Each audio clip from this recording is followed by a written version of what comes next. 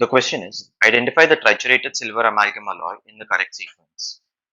Based on the options that they are giving over here, they are basically wanting you to identify how does an under triturated amalgam look, an over triturated amalgam look, or a properly triturated amalgam look.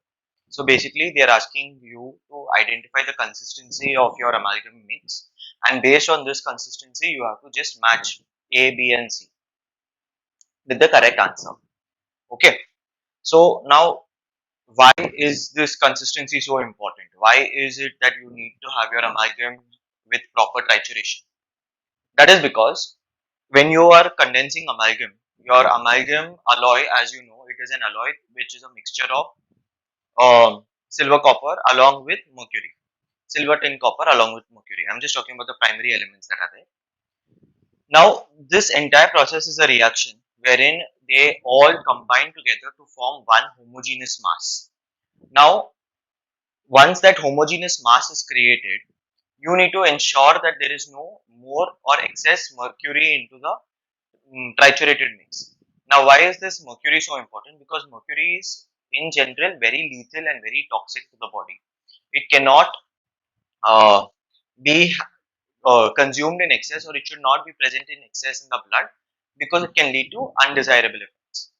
To prevent that, you have to ensure that the quantity or the proportion of both the amalgam alloy and the mercury taken is adequate, as well as they are combined in the right proportionate amounts. Okay. So now, coming to this trituration. What is this trituration? Is basically you take a mortar or a pestle, or you have an amalgamator. You take this mortar pestle, you place the alloy powder, you put the uh, mercury in it, and then you start mixing it. When you mix it, it is specifically done in this mortar pestle or in this amalgamator for very specific reasons, and these are the objectives of trituration. So, what are the objectives of trituration? Are to achieve a workable mass of amalgam within a minimum time. What does this first sentence mean? See, if I end up having, I need to carry my amalgam from the the entire amalgam mass from my mortar or pestle into the tooth. In order to do that, it should have a consistency where it can be packed into the tooth. So that consistency is important, and you cannot keep making the patient wait for, like, open his mouth and keep the mouth open for a very long period of time, because the patient is going to have fatigue over a long time. That is the reason why you would want to ensure that the entire mass is mixed properly within a very specific duration, and and it can be placed into the tooth. Second, second is to remove the oxide layer. To remove the oxide layer.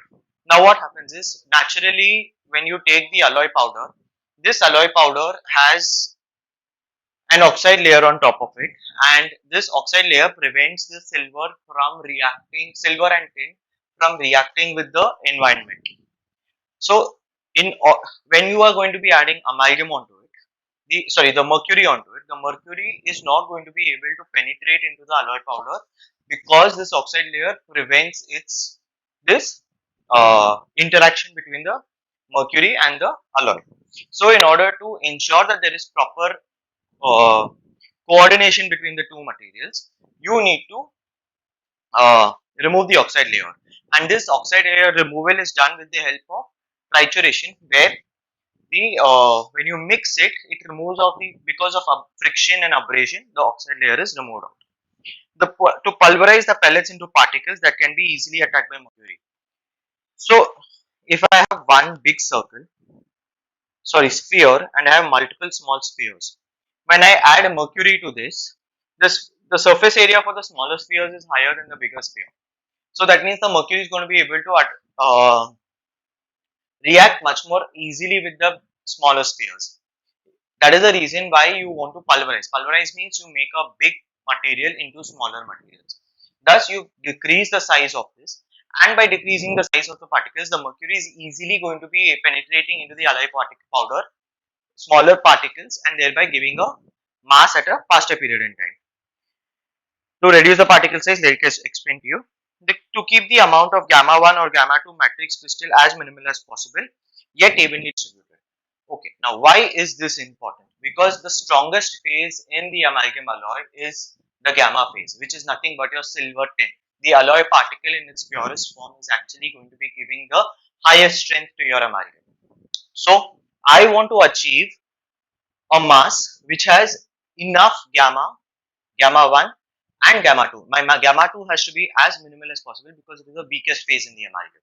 But however, I need to have a correct proportion of gamma 1 and gamma 2 in my triturated mix, simply so that when I condense it into the tooth and after that when I about to complete my carving, the longevity of this restoration will be extremely good. By doing so, what am I achieving is that the patient is not going to come back to me saying that the restoration fractured or the restoration broke down and I need a new restoration. By doing so, and thus you are improving your clinical practice because you have not wasted material and you have gained the patient's confidence that you have done a good job.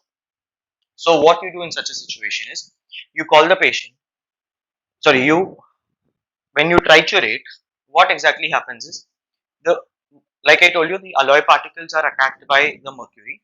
However, the only superficial layer or the outer layer is the first one to react.